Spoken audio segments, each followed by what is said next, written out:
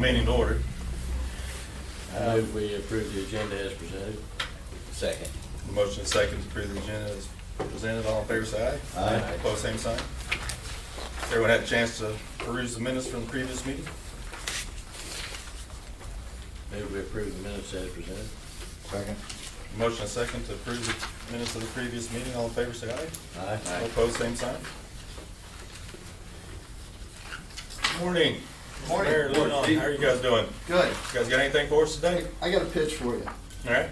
So, my time on council's coming to an end. In fact, I didn't even plan on doing this last year. I stayed on, Dewey asked me to help with the budget, and, I think as a council, we've set the city up to, be a little bit better in a financial position. We've had to make some controversial decisions that you guys are all aware of, but, I do feel like my stepping off the council, I'm gonna leave them in a little bit better financial position. You guys doing the same work. I know, we met, Steve and Chuck, to talk about the economic fund, which you guys are nowhere close to being ready yet. I get that. And we talked about the natural gas and the fact that that's become an investment now, which is a great move. Now you're able to take some money out of that and put it back into the business. I was sitting there listening to the Say Yes campaign, and one of the things that the Say Yes campaign talked about was being able to build at the HAP Center, being able to build a joint elementary at the HAP Center, and going back to the loan that the city took to take down that HAP Center. It was controversial, and when we thank you guys for loaning the money and transferring that money over. But now it's allowing the school board to be able to say, we're going to build on this site. Help us bond, and hopefully that will pass since we've cleared that land. So my pitch to you guys is to say, hey, look, a portion of this loan or some of this loan, would the Board of Public Works consider that as an investment into the community and wipe out either a portion of it or whatever's left or whatever you can? Just consider that as an investment into the community, since that money's already been spent, that money's gone. It will help put the city in a better financial position, and it shares in that investment into our schools. So I'm just pitching that out there to the Board of Public Works to consider. All right. How much was that? 1.7 million. What's What's the remaining balance? 1.3. Some probably, yeah. Yeah, we spent about 400 as a city. The loan started on the 21st of October and ends the 27th of September, September 2027.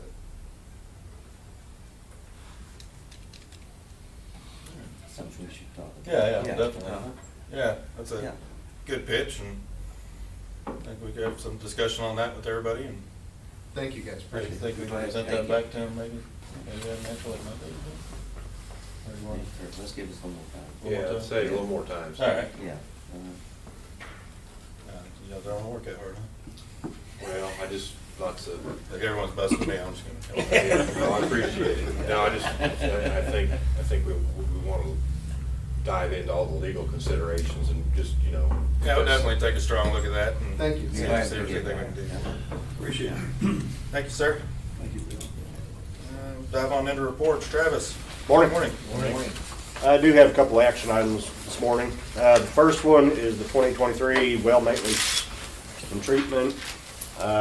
We did receive 3 proposals again this year. This project, it helped maintain our wells very well over the years and everything.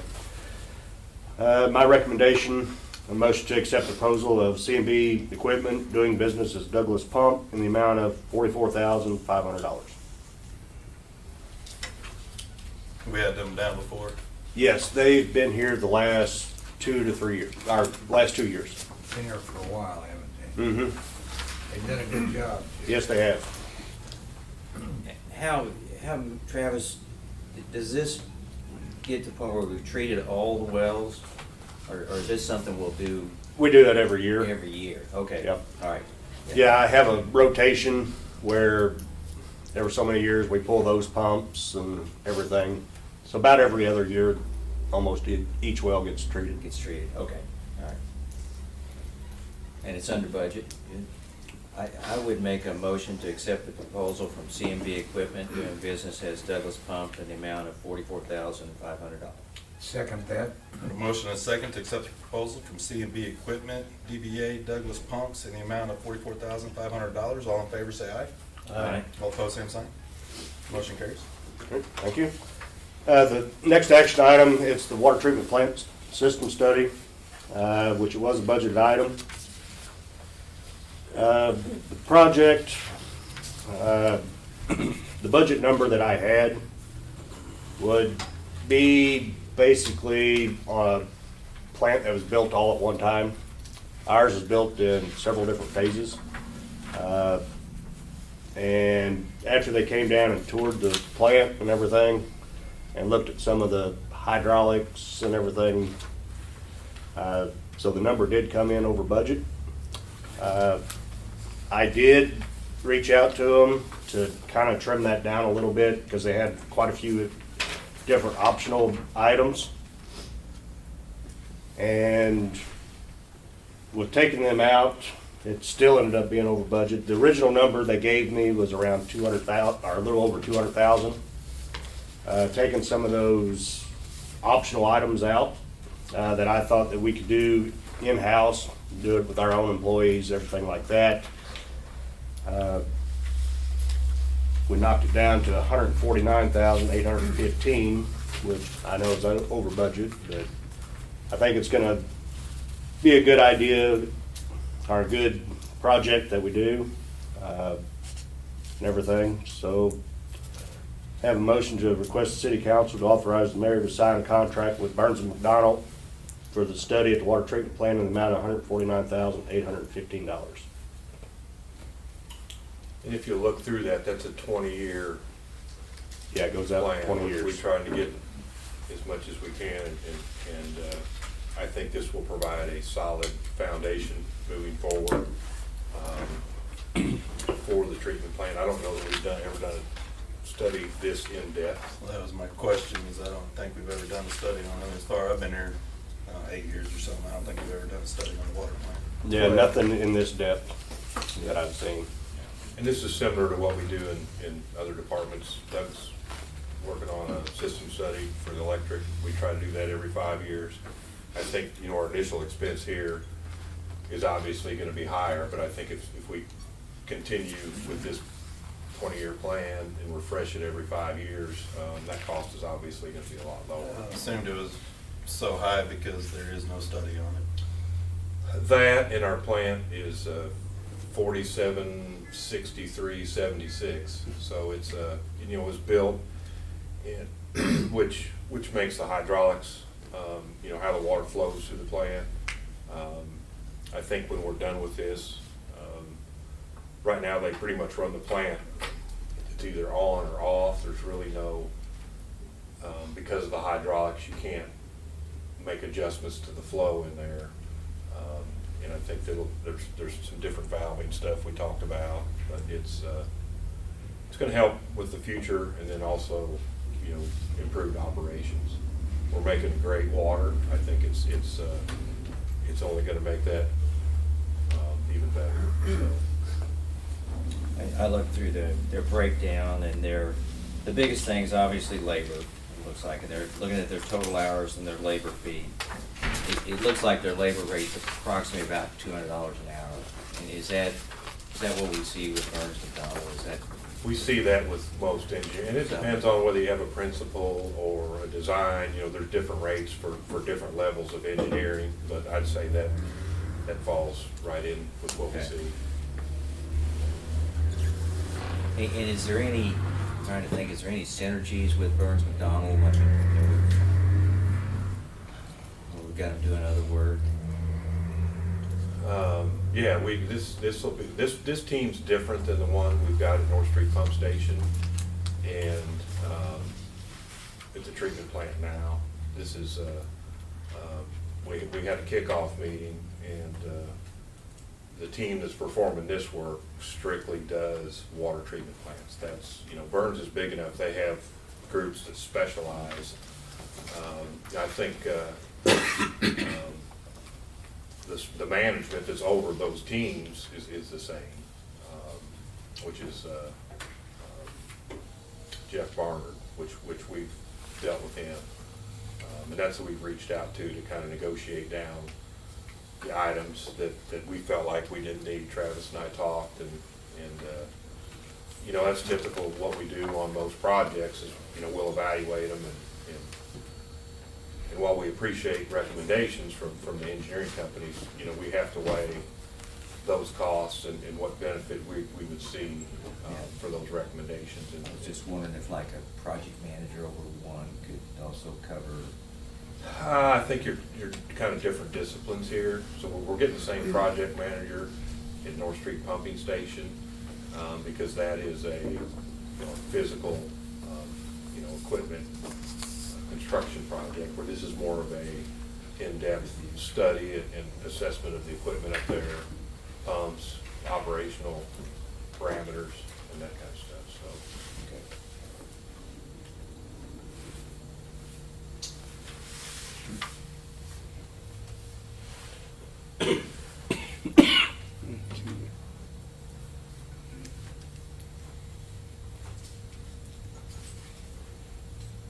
I'll make a motion to request the city council authorize the mayor to sign the contract from Burns and McDonald's for a study of the water treatment plant in the amount of $149,815. I'll second it. Got a motion and a second to request city council to authorize the mayor to sign a contract from Burns and McDonald for a study of the water treatment plant in the amount of $149,815. All in favor, say aye. Aye. Opposed? Motion carries. Just a couple updates on the miscellaneous items. I did reach back out to the vendor on the repair for number 2 primary basin flocculator. They were working together, getting the list and everything for the parts and all that. And I got a price on the parts, but then he didn't think it included the labor, so they were gonna get back with me today on that. Filter media project, they're thinking possibly last week of March or first part of April, when they'll start moving media in and all that, so. Nothing showed up yet, though? Nothing showed up yet.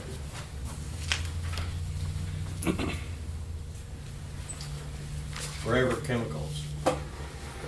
Uh-huh.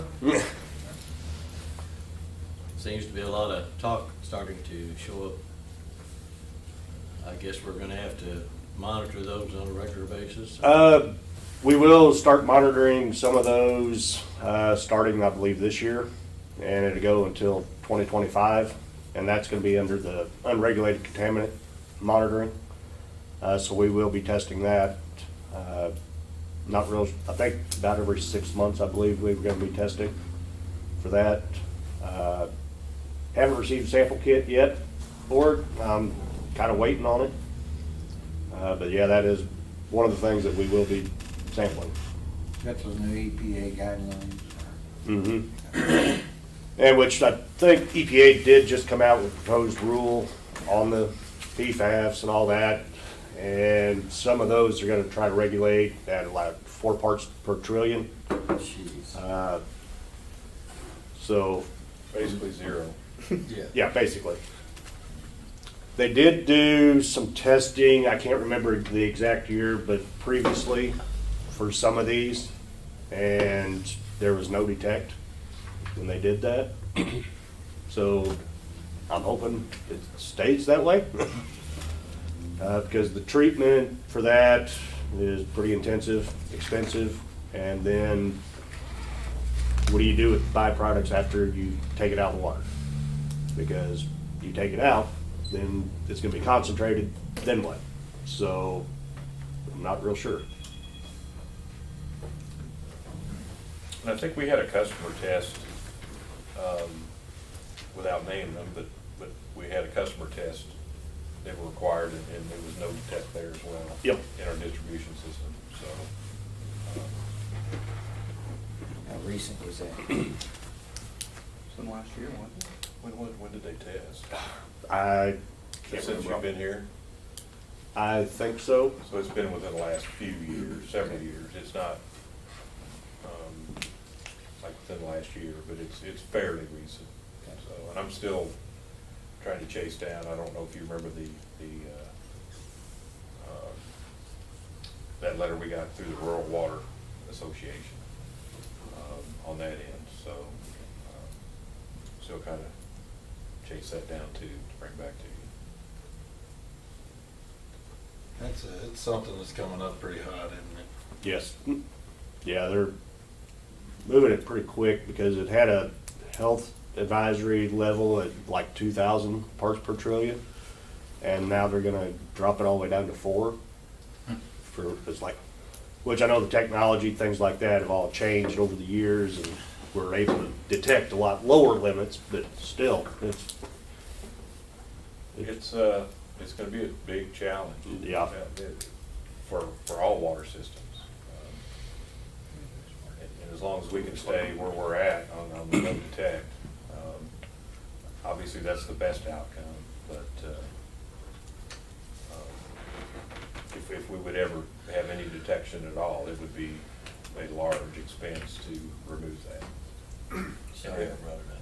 And we wouldn't have a choice. No, Well, no, that's. we need to talk about it. Yeah. No, Yeah. no, that's Needs to something. be on the radar, Needs to yeah. be, definitely. Well, and it's being spoken about in wastewater also. That's something, I mean, that we'll be testing for it probably sooner than later. Yeah, it's a bad thing. I mean, it's here forever.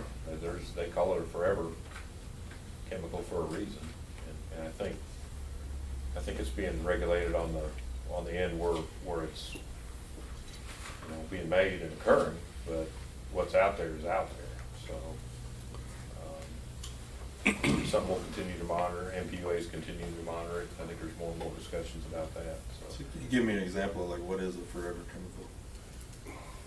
It's used in foam, firefighting foam, so a lot of communities that have airports, or if you have airports near your source water, where big airports, where they would have firefighting equipment that would have this foam or these chemicals. some other ones are Teflon. non-stick, cooking ware, water repellent, clothes, I think food packaging, there's some food packaging also. Yeah, So that's gonna start getting regulated too, huh? yeah. Yeah, because a lot of, some of the, like Teflon and stuff like that, I believe they've already done away with a lot of that.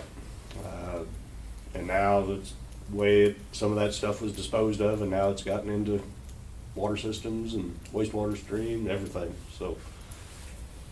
Didn't I read somewhere though that even in the rain, Yep. there's that stuff and even some plastic particles maybe? Yeah, microplastics. Plastic. Mhm. Plastics. Yeah, I think, I read an article that, it was detected in snow on the Himalaya Mountains. Yeah, who'd have thought it'd be a little bit. Well, it's just, when we design things to improve our lives, there's always, consequences, or we don't really realize what effect that's gonna have until, later on. And sometimes these have been around for quite some time, and I don't know that the negative impact was realized until probably the last 10 years or so that they've been really looking into it. So it's probably the top issue right now with water quality. Water, and that's water in general, wastewater, water treatment, all of it.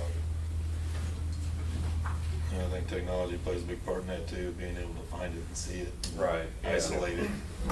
Yeah, it was, we weren't always able to detect parts per trillion. And those testing parameters improve, and it's a good thing. I mean, you want to know what's in your water, and if it's harmful, be able to identify it at whatever level and address it, so. It costs money, but if you know you can make better water, then I think that's DNR and EPA's main goal. And we certainly, have never had any issues meeting that, and hopefully we'll continue that. It sounds like right now we're doing pretty decent. I mean, we're doing good though. We're zero detect. Right. So hopefully it stays that way. Yep. We're fortunate we don't have a big airport next to us. That's the first question. When I go down there to meetings, is where is your water source? Or you have a, big commercial airport near your water treatment facility, and that's an easy answer for us, so, because we get, and groundwater, I think, as being a source helps as well. So if you have a surface water treatment, you're gonna have it. I mean, it's just like we talked about in the rain and the snow, and we're fortunate to have a groundwater system that, a few more hoops and barriers for that to get into that system. Let's do that. Travis, See what happens. on your property damage on that glass Mhm. gator, was that under warranty still, or? No. Do we have to replace that? Yeah, we had to replace it. It's already been replaced. Yeah, putting something on that was gonna protect that and did it anyway. It's like, nice. I was just wondering, if it was under warranty. Yeah, that part, since we did it, no, unfortunately. And I Is don't that believe- safety glass? Yeah, they have tempered safety glass Yeah. like in regular automobiles. Oh. And when I took it to Ag Power for repair, he said that they've seen that a lot and they've done it themselves multiple times. Oh. So it's, Design flaw. yeah. You attach the guard to protect the glass to the glass. And I would think you could design it to go around the glass it. without attaching to the glass. So I think there's a little bit of a, just in my mind, it maybe wasn't designed the best. Thank you. Any other questions for Travis? Thank you, Travis. Nolan, good morning. Morning. Hi, Nolan. I do have a couple action items for you all this morning. The first one being the LED light conversion. Did have that budgeted of 20,000. We sent that out to several vendors. We did get 6 bids back. Of those 6, only 3 did meet all the specifications we sent to them. With Border States being the low bid for that. My recommendation is a motion to approve the bid from Border States in the amount of $32,298 for 59 LED fixtures. What kind of fixtures are these? They're Halofane, Petrolux, I believe is the Halofane, something. Are they vapor tied or? Yes, they're. Trying to figure out why this number's so high. So that's kind of the reasoning for the drastic difference in some of those bids. So all 3 of the ones that actually met specifications are made for kind of an area like ours, watertight, they're not explosion proof, but essentially right next to, as far as, we're like in the filter building, there's always hoses and things like that. Some of these weren't watertight, some of them, some of them were only made to go in a gymnasium, so they didn't meet Are specifications. there areas that we don't need them that we're installing them in? Is every one of these 59, are they all in the same Essentially, environment and they're. stuff? I'm so, just asking questions. yeah, I'm not trying to the bust your filter bubble. building is where I think 36 of these are. The RAS is our return pump station, so there's pumps in that basement and hoses for washing down there. And then the last one, there's 2 fixtures in one basement that's actually not used anymore. It was a pump station years ago. We could probably do without those Yeah, two's not gonna make a But, difference. right, but, I mean, it's where they're going, it's kind of necessary to meet the specifications that we had. Some of these, a couple of them didn't have the same temperature rating that we were looking for. Didn't have the glass globes like we had, or glass lenses like we had requested. They were plastic, so that's why, like I say, that's why, That's why the big discrepancy.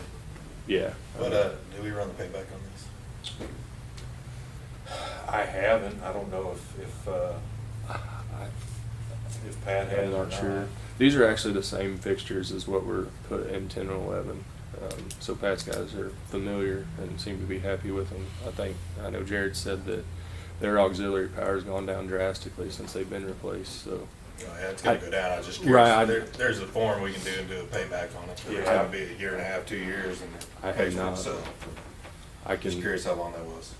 My guess on doing these, I haven't done this one specifically, but it's gonna be 2 years. That's what I thought, about 2 years. probably. Right, no, I just worked with the hospital on one, and I think theirs was gonna be 6 months. Yeah. So, I mean, yeah, LED, I mean, you've done some projects. Yeah, I mean, it's gonna pay for itself. It's just a matter of how long. Yeah, it's gonna be, my guess is 2 years or less, and I can run that for you, and send that later. I've got a spreadsheet, you can plug all the numbers in Mhm. and find out, but, So we use some of these elsewhere? these, Oh, yeah, these, same these thing, yeah. fixtures that we're looking to order are the same ones that were used. at just Same company or? I'm not sure if it's the same company, but it's the same fixtures. I mean, the same brand, same style fixtures. I thought you meant if we're gonna use any of the old ones. I'm like, nope. No, well, the reason I was asking is I didn't know where the other ones came from, and I guess I was curious. We replaced a lot of our old lights with LEDs at the church. We had some of them went bad, and we got ours through Crescent, and for $700, I mean, it was real simple, because all we did was take the picture that was bad down, they gave us a new one, and it was.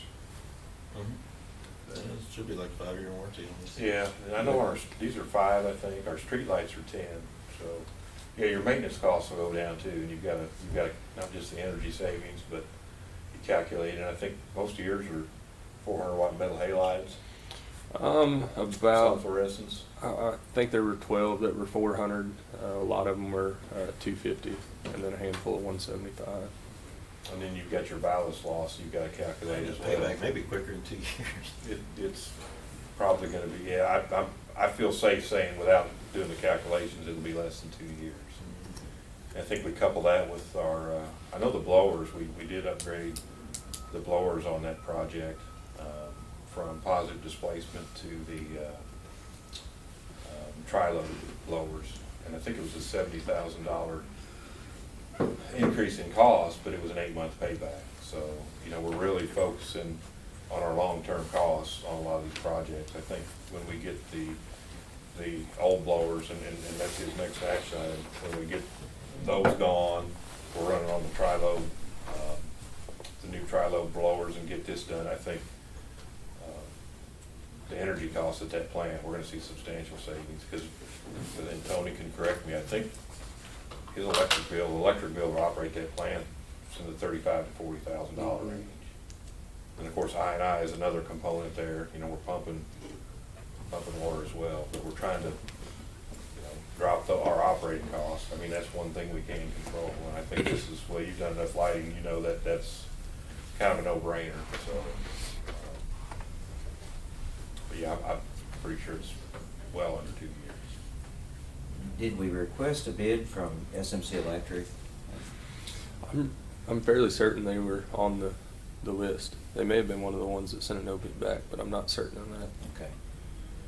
That's local, isn't Well, they have a local, yeah, local site. Yeah. And that was my only question, is for $700, if it was worth considering Crescent, just for the convenience, and I was curious where the other ones came from, so. Yeah, like I said, I'm not sure. I know all of these, they're gonna have to be ordered, so it's not something that they keep in stock. anyway, so. Yeah, I guess that's a board decision if you guys wanna go with Crescent. They are a customer, but that, again, that's, you know, we're recommending the low bid.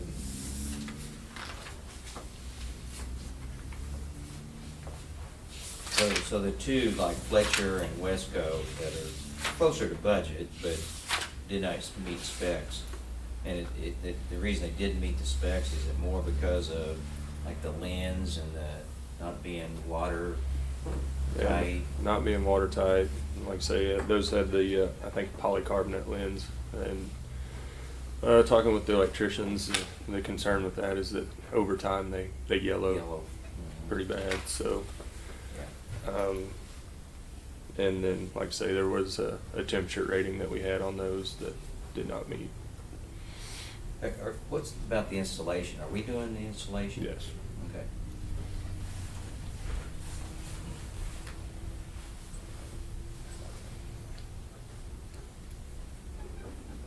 What do you think about the going local thing?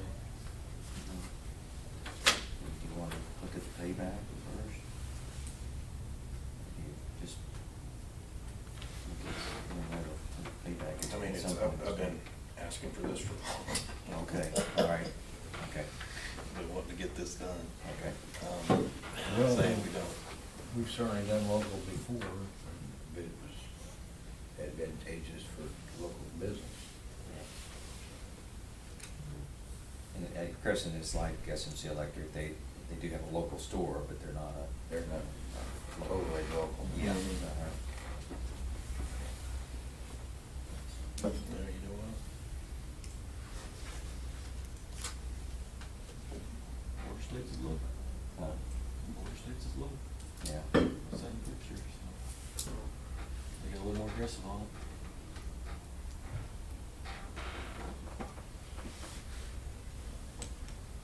Doesn't matter.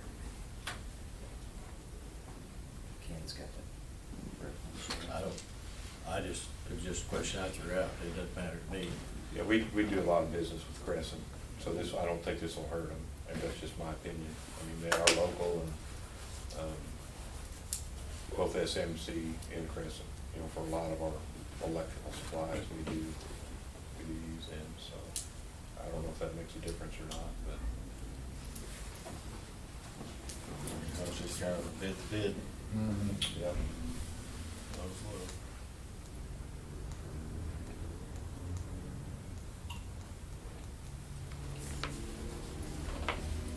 I'd entertain a motion if somebody wants to make one. I make a motion to approve the bid from Border States in the amount of $32,298 for 59 LED fixtures. Second.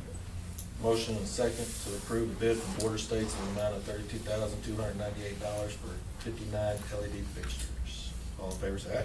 Aye. Aye. Opposed, same sign. Motion carries. Thank you, gentlemen. The second I had is a memorandum for you on the solids removal in the north aeration basin. We are still running 2 blowers on that to keep everything mixed, but as long as that has been there, we were trying, essentially we started a brand new plant when we started the new aeration basin, so we were trying to keep from putting this old sludge in there.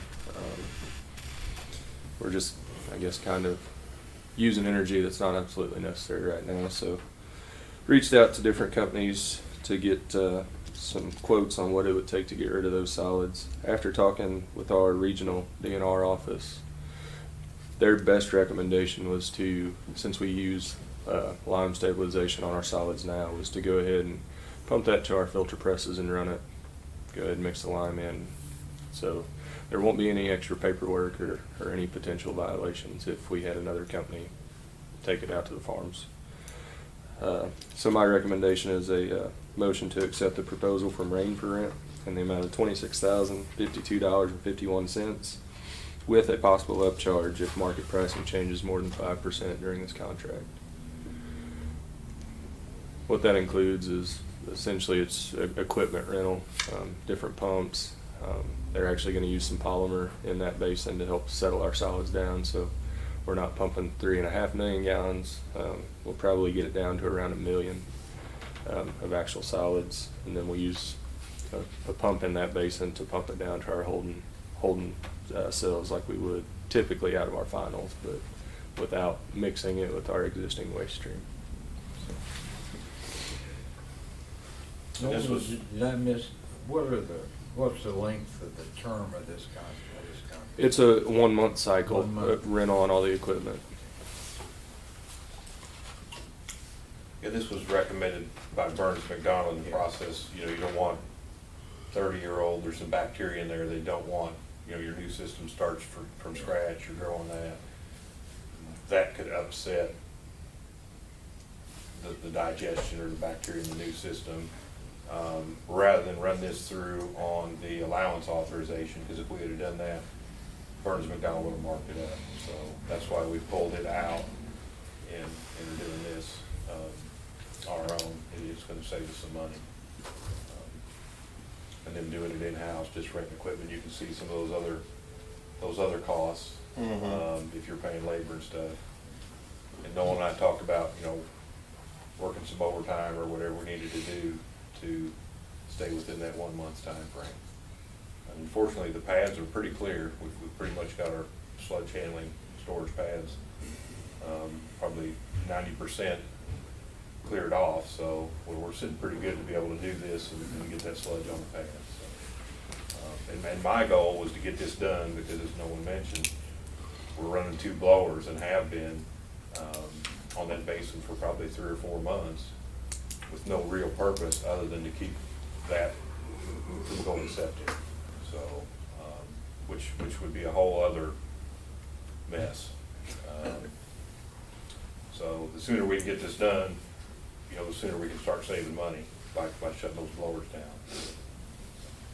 What's our timeline on this? Like I say, this cost, or this number is for month rental and everything. All right, do you got it set out, like, we approve this, do you have a month you're ready to do it, you got a plan? Talking with the vendor yesterday, they thought that they could have the equipment on site next week or the following Oh, week. good, so it's pretty much immediate. Yeah, and then we'll have 4 weeks, based off of the settling test that vendor had done. Like I say, I think we're gonna get down to around that 1 million gallon mark. If that's true, it should, I would think it'd only take us 2.5 or 3 weeks, especially, like I say, we talked about potentially running 2 shifts, 7 o'clock to midnight. And then, yeah, I don't think it'll take a full month, but that gives us some extra time just in case. Well, If we go any time over a week, we're gonna end up paying for a month rental regardless, so it's, It's definitely cheaper to pay the overtime and get it knocked out. Right. And in-house labor is gonna be a lot cheaper than any contract. Well, if you're paying rent, that money's going out of town. If you're paying labor, it's staying in town, and it'll be cheaper, so. well, and that's what, yeah, that highest bid on there that was 4 days of them bringing crews in and, scrubbing everything down, but that's a significantly higher amount that I don't think was necessary. Does the weather play a factor in It shouldn't really. The only thing that the weather will affect, so we have our 2 round holding basins that hold around 160,000 gallons apiece. If we do get some high flow, it may affect just the day-to-day operations as far as wasting, from that system. We had that 1 month. Right. I mean, as far as that project goes, no, it shouldn't. The weather shouldn't affect it. And I would hope, if it's that immediate, that we wouldn't see any marketing price changes. I Correct. think, with what they know the price is today, and if we're gonna react, move within the next couple of weeks. I think that's just their standard contract Yeah, language. Yeah, just a statement that they put in their contract is, with volatility the way it is, it's materials or labor or product handling. If any of that changes more than 5%, they will pass it along. But like you say, within 3 or 4 weeks, I can't really imagine it's going to increase by more than 5%. But Well, if you read that, they have to kind of specify. They can't just say we had a 5% increase. Right. You know, they're gonna say, well, this specific cost went up, so they'll identify it. But again, I don't think it's gonna, with the time frame we're looking at, that's probably more for, you know, long-term rentals, where it would be over a year or more. Yeah. So, I think it's important to include that in there, but I don't think it's gonna be an issue.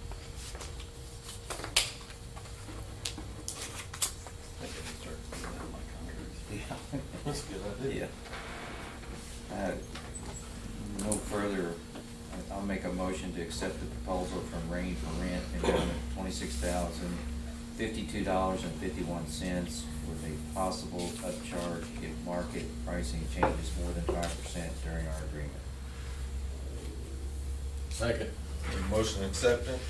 Second, to accept the proposal from Rain for Rent in the amount of $26,052.51 with possible upcharge if market pricing changes more than 5% during our agreement. All in favor, say aye. Aye. Opposed, same sign. Motion carries. Thank you, gentlemen. I just have a couple updates on the miscellaneous things. The electricians are currently wiring in the new grit pumps, and the headwork HVAC unit is installed and working properly. It was finished Friday. You happy to answer any questions you guys have?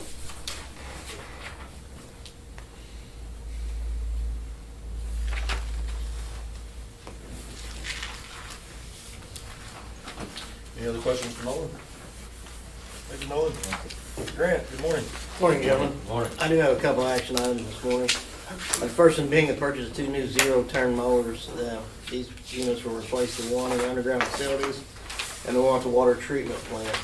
We received 17 bids from 9 different vendors. The low bid that did meet spec was from Marshall Service Company for $11,466. The low bid that we received from a local vendor did not meet specs for horsepower. The remaining lower bids were, one was the bid from Kansas City Bobcat was no twill wheels and low horsepower, and the other two of the Ferris's were no twill wheels. The twill wheel is important that we added this time because they're improvement to stability on banks, and we have a lot of banks. The banks out here front, the ones at the reservoirs, just a huge safety issue. That's why we made that spec this time, and we upped it to the industrial and made sure that it was industrial or / commercial mower. So my recommendation at this time is a motion to accept the bid from Marshall Service Company in the amount of $11,466 each for 2 Skag zero-turn mowers. I'm just curious, Grant, it says here that the budget was $25,000 each? So when I reached out to vendors budgeting this last fall, that was the number they threw at us. Said to be safe, that's the number you better pick. Turns out that through our state contract, So it was 50,000? there's 25 Okay. apiece, and Okay. and that was the We just number. paid for your study. And I guess they missed it a little bit, but that was, everybody was so scared then. It's not quite as volatile as it was last fall. Wow. And Okay. I had multiple vendors tell me that. That Skag is good mower too. Yeah, they're a reputable mower. I think it'll do us a good job. Yeah, you see a lot of them with commercial. Yeah. Guys use them. How often we gotta replace these mowers? We, in the past, we've kept them 6 to 8 years.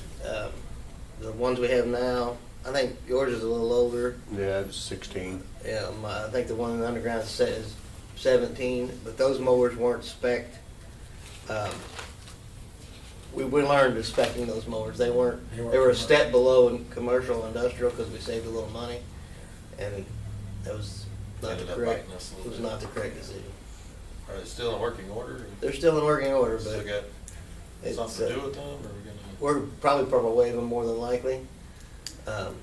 We could do that or in-house bids, but they're still operable. But none of the one in the underground facilities, compression's down on it. The deck's been welded up several times. It's in poor condition. We got to where when you were mowing banks at substations, you had to shut the blades off and drive up the hill, turn them on, drive down the hill, because it wouldn't pull itself around the blades.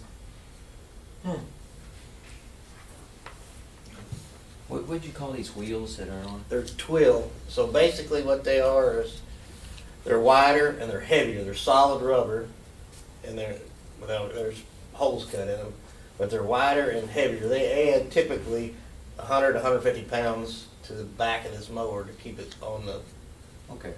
Keep it holding the bank. Okay. Mm-hmm. You say twill. Mm-hmm. Yeah, they look like they've got spokes in them. You may have seen them before, but yeah, that lowers your center of gravity a little bit and gives better stability on I'll banks. get Carl one. Mayor, is there any need for a mower in the city? I think we got plenty. Okay. Appreciate it. Just wanted to check first. We've been pretty successful in Purple Wave. Real successful. It's, we just- 60-some thousand? Is that yeah. what- Yeah, 67? close to 70, yeah. Nice. I make a motion to accept the bid from Marshall Service Company in the amount of $11,466 each for two SCAG STC 1161B-2 GFT-EFI zero-turn mower.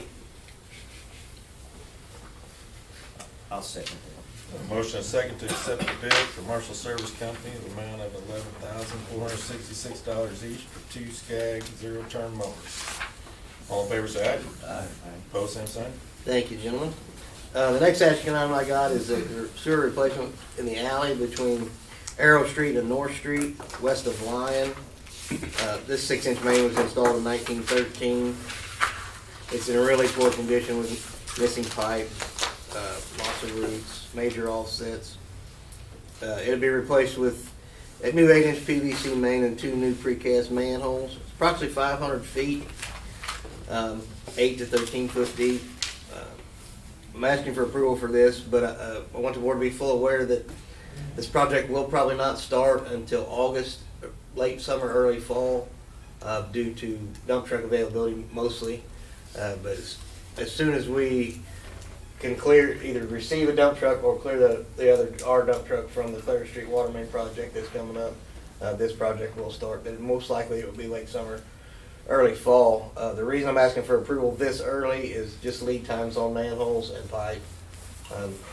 Those manholes nowadays, they're backed up so much that you can see 2 or 3 months out. I want to make sure that they're on site before we put a bucket in the ground. So if you start late August, you may hit some weather. Could this go on? At 500 feet, I think, I've got 45 days in this project, I think. I think we'll get it done well before Thanksgiving, if we get started late August.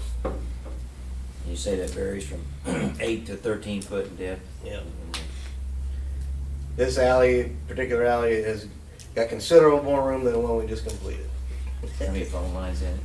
I don't think there's any phone line. There's a gas line, but. Did you say there's missing pipe? Mm-hmm. How's that work? God, I'm just. You wonder where it goes. It's wild.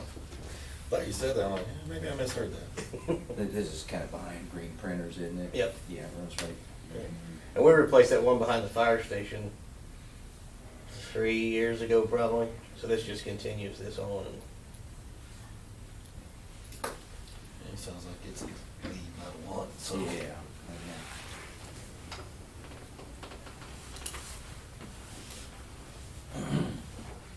I would make that motion to replace the sewer main between Arrow Street and North Street, west of Lyon Avenue, with an approximate cost of $75,000, using in-house labor and equipment. Second. A motion and second to replace the sewer main between Arrow Street and North Street, west of Lyon Avenue, with the approximate cost of $75,000, using in-house labor and equipment. All in favor, say aye. Aye. Opposed, same sign. Motion carries. Thank you, gentlemen. Just a couple updates. Valve operation. All we have left is the air release, and there's 21, I believe, on the flow line from here to Malden Inn. Everything else, all residential and power plant grounds is complete. So I fully expect to have the valves completed by the end of this week. A lot of those air reliefs were done up last year after we repaired a lot of those after DNR's recommendation to get them to the top.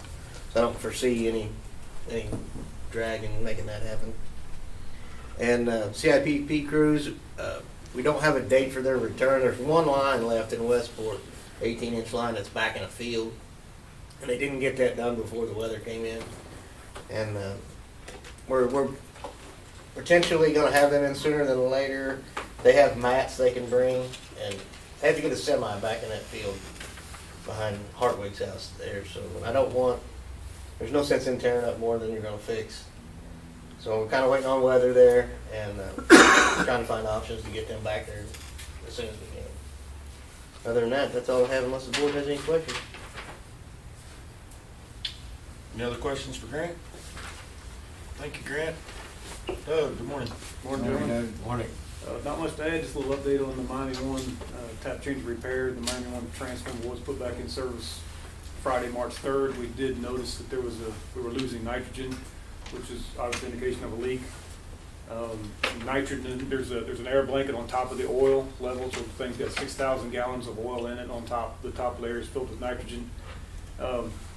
So we're not losing oil, we're just losing nitrogen, so it's coming out of the top somewhere, or some of the regulator. We did check all the regulators, all the valves, connections, and everything on the side of the tank. Didn't find any leaks there, so obviously it's on top, either one of the primary bushings, the H1 bushings. We did pull those, they did regasket those. Evidently they've must have the wrong size gasket in it. I'm not sure. When they checked that, they pulled a vacuum on it, which those bushings are so heavy that it'll actually pull it down to the tank and seal that off. So, and then when we put nitrogen on it and pressure it back up, it only maintains about 1 pound to 2 pounds of pressure on it, which is enough to find an escape, I guess. That crew is actually scheduled to be here next week. They're going to travel on Monday, be here Tuesday to find that leak and make repairs and finish that up. So we'll have to take a short outage, hopefully just a day long, to get that taken care of. Other than that, that's all I've got. Unless you get any questions for me.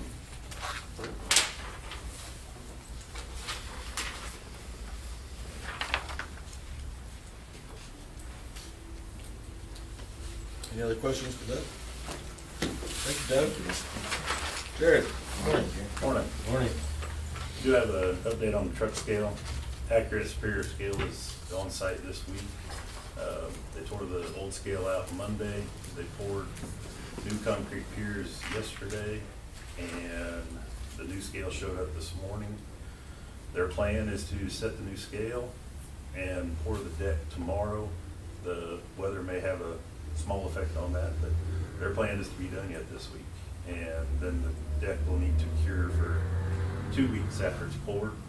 In that time, they'll finish up all the electrical and installing the program on the computer for us. And hopefully that'll be done by late March or 1st of April. We ran our 7, 8, and 9 capacity test last week. We did have the same issue with Unit 8's breaker not opening. The electricians are up there right now doing some testing on it. They've been in contact with the company that did the breaker maintenance, and they've been very helpful, giving them some options, and may even possibly send somebody in to help us look at that and figure out what's going on there. That's pretty much all I've got, unless you have any questions.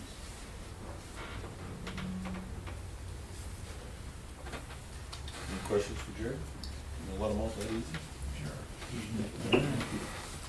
You're past today, but you're ready. Thank you, Jared. Jim, good morning. Morning. Morning. Guys did do one of those 3 trunk line blows in Shuckford area, about 7,000 feet yesterday. So down to the last 2, about 12,000 feet or so left there. We're up to about 50% done with splicing. Should be done with Shackelford here in the next couple of weeks, and on to the last 2 areas after that. So, there's a blurb in there about the truck we ordered last fall. Other than that, I'll answer any questions if you got any. Figured out what vehicle you're getting yet? Nope, he put an order for both of them and said whichever one. Whichever one makes first. Yep. This was a regular hybrid, not with the plug-ins. So we don't really learn anything from having a hybrid. It was just cheaper. And now it's the same price, so it doesn't matter to me which one we get. So unless you guys have a preference. How much was that? It was like 22,000, something like that, ballpark. We have a heat for a second. I've got another one in the budget. Well, We can't even get one. but, I mean, if we got a, Tell them to keep them both. well, Yeah, I see where you're going. I mean, Yeah, you got another I one in the mean, budget. No, definitely. at least, I mean, if you got a second one in the budget, and we got a shot at getting them at that price, when, who knows when we would get another one. Yeah, I just don't know how that would work as far as bidding, you know, when we bid, we requested one, so we Okay. would have to, to get a second one, you'd almost have to go out with another competitive bid. And what you're saying absolutely makes sense, it's just, when you're a governmental agency, you've got those hoops you've gotta go through. Then hell about it. You know, we could bring that, I don't think he's gonna get it in the next month or two. That's something we could bring back to you guys. at the Don't next cancel meeting. any of them yet. I think if he sat next to Grant and not Doug, he wouldn't get orders canceled. Sorry, Doug. Yeah, they did the same thing to him they did to Yeah. Well, the that's, Subs Department. And I mean, that's, yeah, it's kind of a crapshoot, so if we gotta, I mean, But, if, This one was more or less retail price anyway, but Okay. the price did go up $1,000 between 22 and 23, so he kept the 22 price. So if we ordered another one, it would be $1,000 more. Yeah. probably, so. but But if we could get it. if we can get both for that, yeah. Yeah. Yeah, it's just, you know, we need to make sure we do it the right way, but I think if it's okay with you, that we come back with a recommendation at the next meeting and go through that process again. well, if you're gonna come back later this year anyway, so. At some point, yeah. And my philosophy might be kind of wrong on the budgeting, but I usually, if they start showing any signs of issues, I figure it's easier to put it in the budget and not order it than it is to not put it in the budget and get one, so. I've got another one in the budget, but I might not get to it this year, but.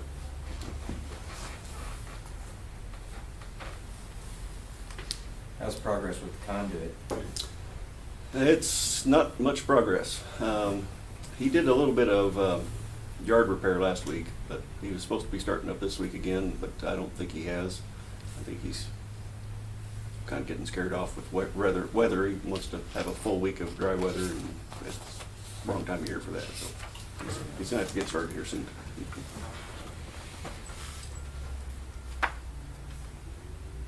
Any other questions for Jim?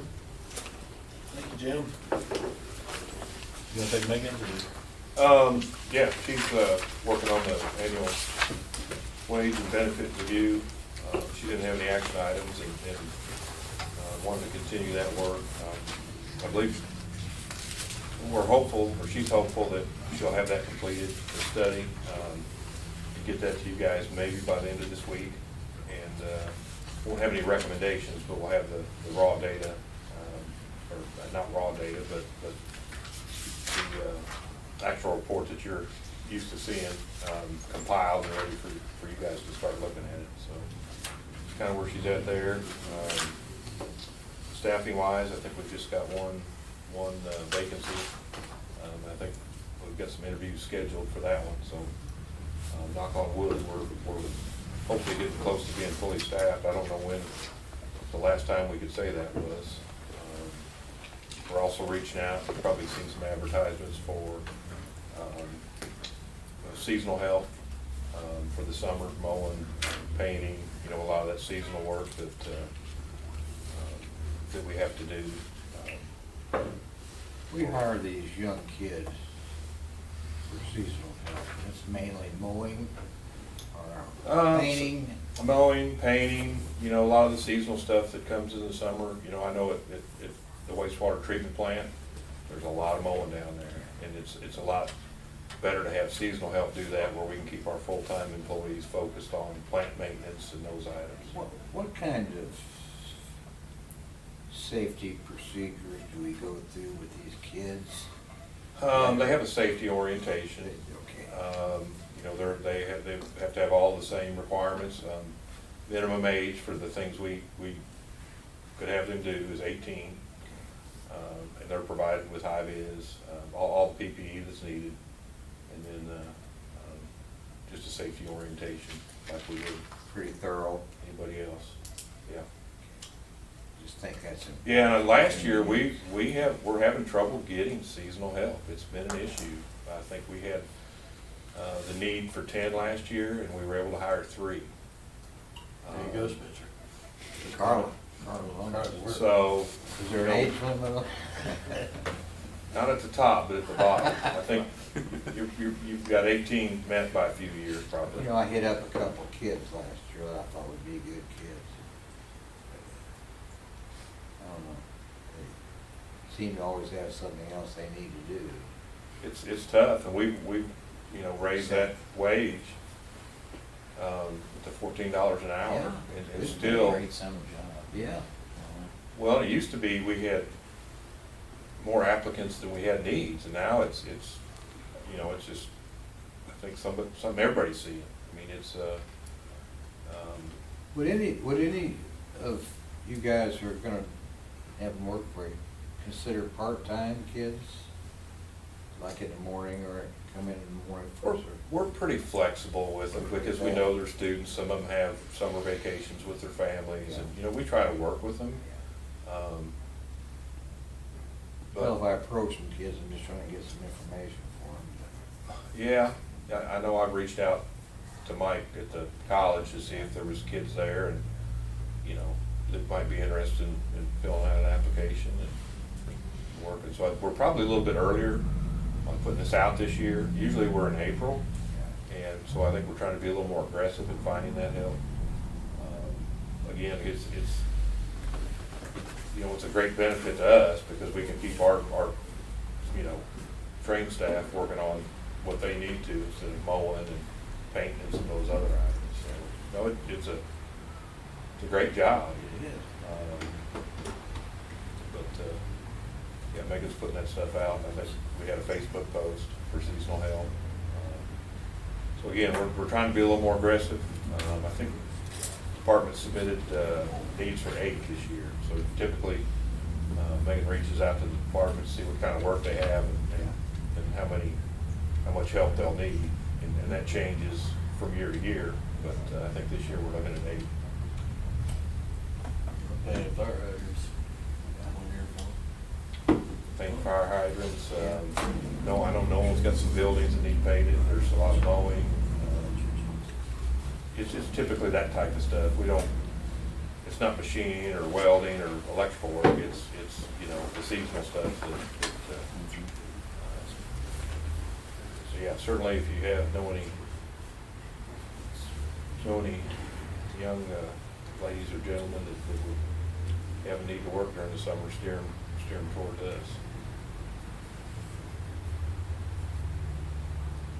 And that's really pretty much all she's got. Her main focus right now is the salary survey. Yeah. Trying to get that wrapped up. We'll move on to Tony. Morning. Not much there, just some miscellaneous things. We did, last year there was a new program that we signed up for with the government, low-income housing energy assistance program. They selected us to do an audit. So I think we have like 69 customers we got to pull usage from for the last, I think it was from June of 22 to July of 21. So I've been working on that. We're seeing, you guys noticed in the annual report, that's went way up. I think now we're getting anywhere between $4,000 and $7,000 a week in assistance for low income. Working on some calculations for the whole use agreement. I did have a conversation with Chris Collins. He's our FSR for the USDA grant program. We have two submissions out there right now. I think it's like roughly 450,000 in reimbursements. And the way I was told to do those is when Jim and I set up the budget for the first round grant, we had like 17 areas in round one, and say that one area was budgeted, we budgeted 50,000 and it came in at 60. So when I submitted for reimbursement, I would say, here's what we originally budgeted. We went over, so 10,000 is non-refundable. Talking to Chris, I think it was back in December, is that when we submitted that additional 10% end of the year? We haven't gotten written confirmation, but Chris told me we are going to receive the additional 10% increase in grant funding. So he basically told me to take that out and just submit the whole thing. So those two submissions, I think it increased it by 44,000.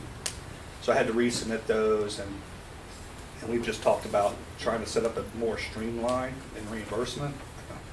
With the second round coming up, it worries me that it's taking this long to get the money, but he assures me that it's going to speed up. Other than that, I think I did receive, I don't have it in here, I did receive a draft of the audit Tuesday. So I'm reviewing that now, and hopefully we'll have that completed here fairly soon. So,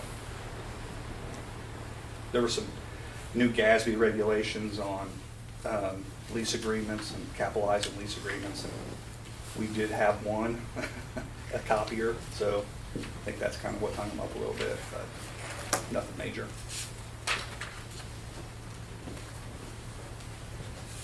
All right, any other questions for Tony? Thank you, Tony. Yeah. Morning, gentlemen. Good morning. Yeah, as you can see, we're continuing work on time use electric rates. Doug's working with Landis and Gear to get a meter program developed. Tony's been in touch with Tyler on the billing side, and then we did get, I think Jim just emailed Landis about the requirements for data we need for TOTH to do the time use cost review. And it looks like they recommended a pilot with 10 meters to start. But yeah, we're continuing that direction, continue to work on content for customer education. I was down at MPUA meetings last week. I think we're going to utilize them some for some stuff. I'm working on a PowerPoint, and I think we've got access to some stuff. We were looking at Questline Digital. They had really good content, but the proposal they provided us was for 3 years.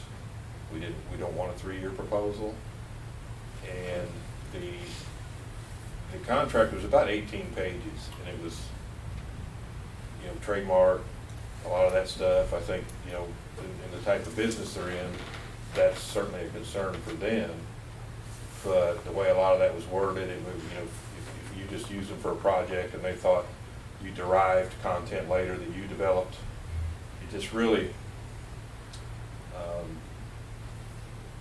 going through all that was something I don't think we want to get involved in. We're going to probably do our own thing, and we've talked about some different ways to do that. So it would certainly be easier to use a company like Questline, but I think we're going to, MPUA is going to provide assistance. We're kind of the first ones down there going down this path, which makes it a little bit harder for us.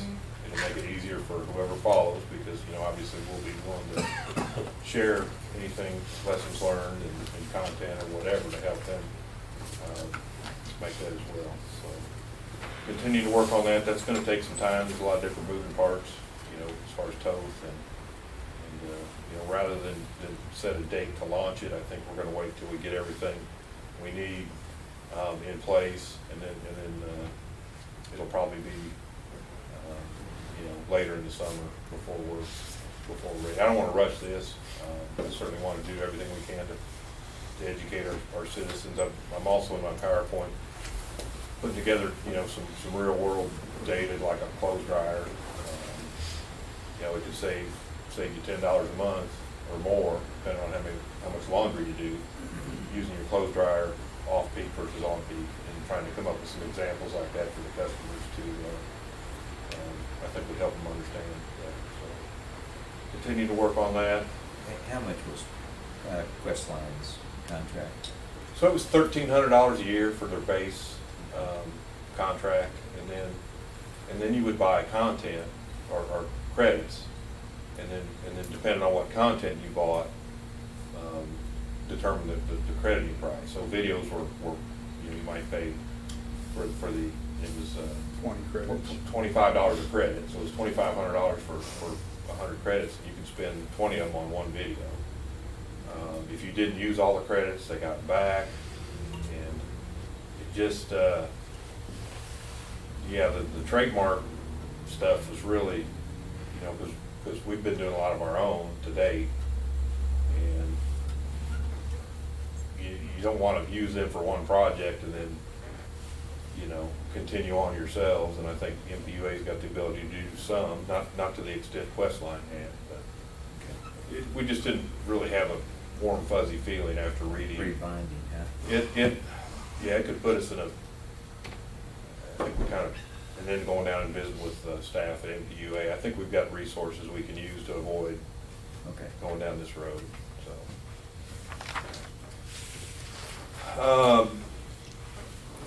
Kind of update you on MSDC a little bit. We did have our meeting Tuesday. And I don't know if you gentlemen know that the plaza, there's new ownership at the Marshall Plaza, which I think is a positive thing. There's three new businesses coming in there, so you've got a property manager that I think is probably gonna be more aggressive in bringing in business. So I know there's three that are coming in now, and hopefully that will increase. So you've got a different owner, different management, and I think that's, the past owner was not really, they were in New Jersey, they weren't developer, I think they you know, kind of inherited it, is the way I understand it, and they just like getting that check every month and weren't too concerned about Whether it was empty. whether it was empty or not. So I think that's good for the community. You say these were from Chicago, Judge? They're from Chicago. They do have a branch office in Kansas City, so we've got, it's a lot closer. As part of MSDC, I've always thought the ownership of the plaza and the lack of development or desire to develop is really kind of held back our community. So I'm really thinking this is a favorable move, and will be a good thing. We got a study approved with WSKF for the junction, and we're going to set up meetings with them. We've got all the utility data together to provide them. We haven't had that in the past. We're going to have a meeting with Ken Glasscock. He's the economic developer from Manhattan, Kansas. He owns a home store here. And we're going to have a meeting one evening to develop a comprehensive plan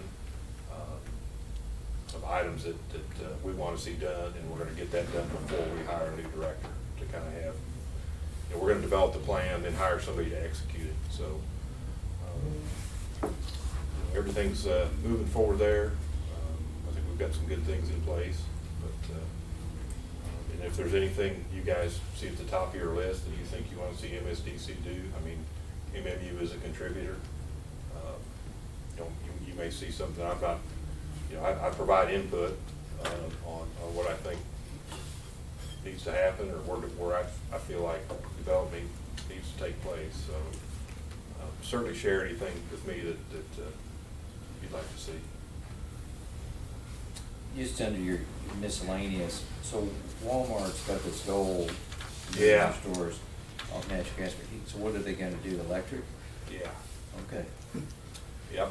all right. I'm not sure. I'm probably sure it's not going to be electric resistance heating. It'll have to be air source or ground source or something like that. But no, by 2030, their goal is to have all their stores off of natural gas and be 100% electric. So Yeah, had some good discussion down there. As you can see, the apprentice lineman program is 196 students. That's in, you know, all 4 years. It's a 4-year course. You're running about 50 per year. So there's just a shortage in the workforce. You can't hire trained linemen. You have to hire staff and train them. It's really been a good program. They've got the new training center down there that I think is going to enhance that training. I know I think we've got one student in that. We just had one. And is he down there He's now? there now, yes. Yeah, he's down there now going through training. So that's been a real good program.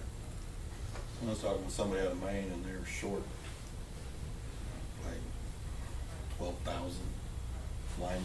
Oh, yeah. They can't get anyone. It's nationwide. Yeah. Yeah. It was, John was talking a little bit, you know, when this program started, we thought, well, when MPUA started, we'll have this for a few years and we'll train staff and everybody will be full, and, you know, it was a short-term need. Well, I think now it's apparent that this is going to be, it's a good thing we got started in, because, you know, just, it's a lot more cost-effective to do it the way we're doing it than it would be otherwise, so. It's just tough hiring qualified people anywhere. I mean, for utility work, I mean, it's just, you know, grants, you know, we typically hire people that we feel have a good background to train, but you can't hire trained, you know, water distribution staff. You can't hire power plant staff. I mean, it's We're close to being fully staffed. right. So But we've got well for. yeah, I think we've done a good job. We've got a lot of training to do, though. We've got, you know, a lot of staff that's, I think, very capable of learning and progressing through to get to where we'd like to have them. I know if you see in the annual report, the organizational chart in grants, he's got a lot of vacancies in the upper level positions where you would progress, and about 6 people were in the lower level where we've only got, you know, we've only required 2, I think, is it 2 people? And how many do we have in there now? 6 or 7? 6 there now, yeah. 6 there now, so it's an opportunity to, but it takes time. I mean, there's certifications and a lot of that stuff that's required before they can make that advancement.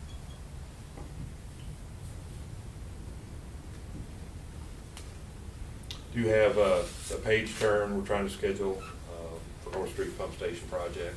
That would be July. We're kicking that off, but we're reviewing drawings and going over those documents. We've got a meeting we need to set up with Burns to get that started. I think that was 222 pages. Mm-hmm. Yeah. If you have trouble sleeping, we can help you.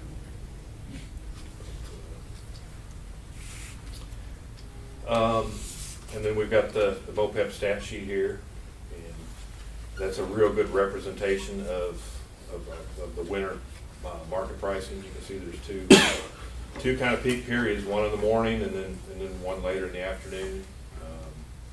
I've included these in the time of use rate PowerPoint, and we've also got a graph that overlays what costs we're looking at passing on to the customers, and it matches up pretty good with this if you look at the two. So I'm actually going to use Ken may be the only one that knows, but the Kiwanis next Tuesday I'm going to do that presentation with that group. You're all invited. You guys are invited, and you know, it's a work in progress, and we welcome any feedback or suggestions that anybody has.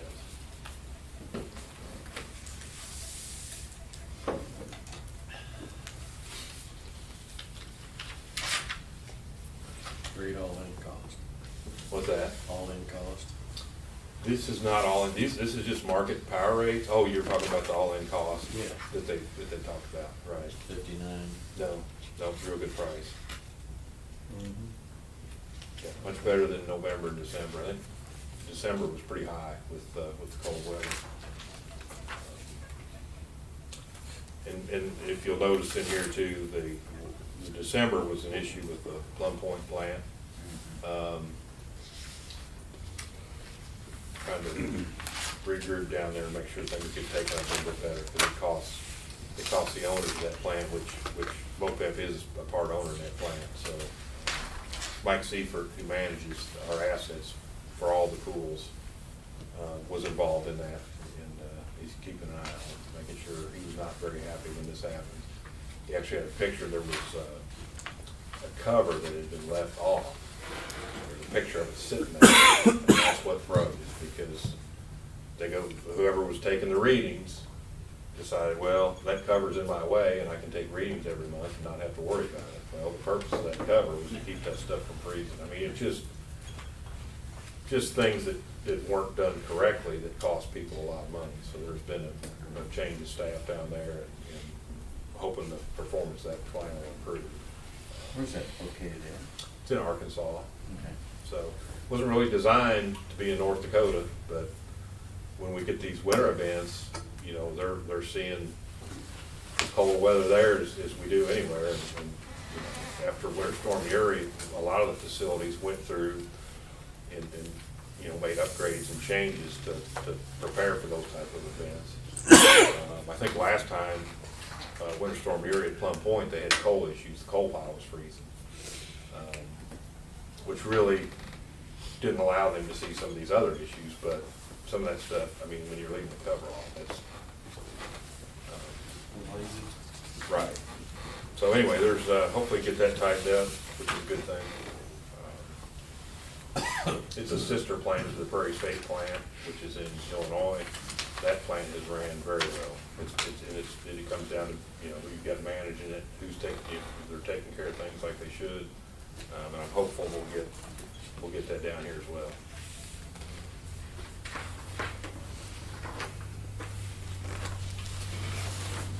Well, any other questions for Jeff? Thank you, Jeff. We'll move on to cash disbursements. Not your best work for Son, but it's all right. He's a work in progress, I tell you. Power bill. Yeah. Without that, we're pretty good. Yeah, can't We'll be in complain. the dark, but Yeah. we're good.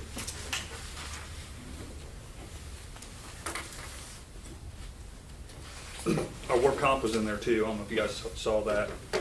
It's down substantially.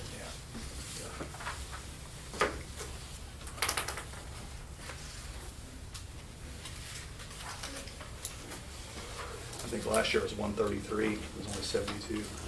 That's awesome. Yeah. It's nice to have everybody go home at the end of the day the way they came. That's the top priority, but this is certainly a benefit of that.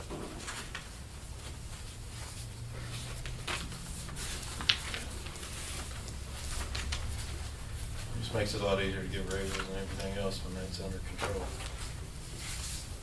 Yeah, that money certainly, when you spend it on work comp, it doesn't help the system, it doesn't help the customers, and you know, it doesn't help the employees. So that's, knock on wood. And I know I've said it a lot, but go tell your guys and your girls, thank you for staying safe and following our guidelines and expectations. It does make a big difference. Tony, it's not a lot, but I'm just curious, there's of course, there's a generation credit, $39,000, but then there's another electric resale credit. Yeah, What's that's that? the units that ran, what we got paid, credit we get for when unit 6, 7, 8, 9 run. Energy revenue. Isn't that the generation credit? No, we get paid, that credit is just for the capacity that we have. Oh, okay. Yeah. I think if you can go back there and look at the bill, back there where we were just looking at, you'll see it down there at the bottom. In here. Yeah, there on the actual invoice. The generation credits? Yeah, you'll see unit 10 and 11 energy credit, 7 and 9 energy credit. Yeah. Yep. Mhm. Okay. And then the capacity credit is when we actually run it. The capacity credit is paid whether we run them or not. Yep. Oh, okay. When we run is those energy credits down there. Right. Oh, okay. And we get whatever our cost is, plus 10%. The capacity credit's for having it. Yep. Yeah, So the 7 and 9 Okay. did us pretty well. I think so, yeah. Yeah, and so as a pool, we're I think it was required- just testing, weren't we? We weren't running. That we was were just $258. Yeah, that was just our quarterly test. Quarterly test, yeah. Right. So the pool has to meet, whatever our demand is, we have to have resources available to meet that demand plus 15%. And that was just changed after Winter Storm Uri. It used to be 112%, now it's 115. And member-owned capacity gets paid and credited just like we would if we were having to go out and buy that capacity on the market. Just for having those assets. Just for having those assets. And then the quarterly tests are there to make sure that we're not putting units in that don't run. We're getting paid capacity for units that actually work. Right. So that crediting, we're discussing that now and evaluating it, but there's a shortage of capacity in both SPP and MISO, and there's a pretty good chance that those credits may go up. We're evaluating those costs now. So in the market, it's really, you gotta play by the market rules. Particularly for anything that's over 10 megawatts, you have to register it in the market. But we turn in hours and maintenance costs, so there's like $1 per hour adder that we get for those. And power plant staff go over that with MOPEP staff to make sure, we're getting ready to update those costs to make sure they're in line with what our, what we're submitting is in line with what our costs are. Okay. So, but yeah, that credit's just strictly for the capacity, whether we run or not. I think it's back was it March after Winter Storm Uri? You had 6 ran for like, what did it run for, like 20-some days? Yep. The credit was so large, our actual our bill was a $400-some thousand credit. Yeah, there's a. It worked out well for us. Yeah. If you look at and I needed to overlay those, if you look at the annual report and our energy costs for 2021, when Winter Storm Uri that was in, our actual all-in cost was like $50-some. Had we not had units, it would have been $80. Yeah.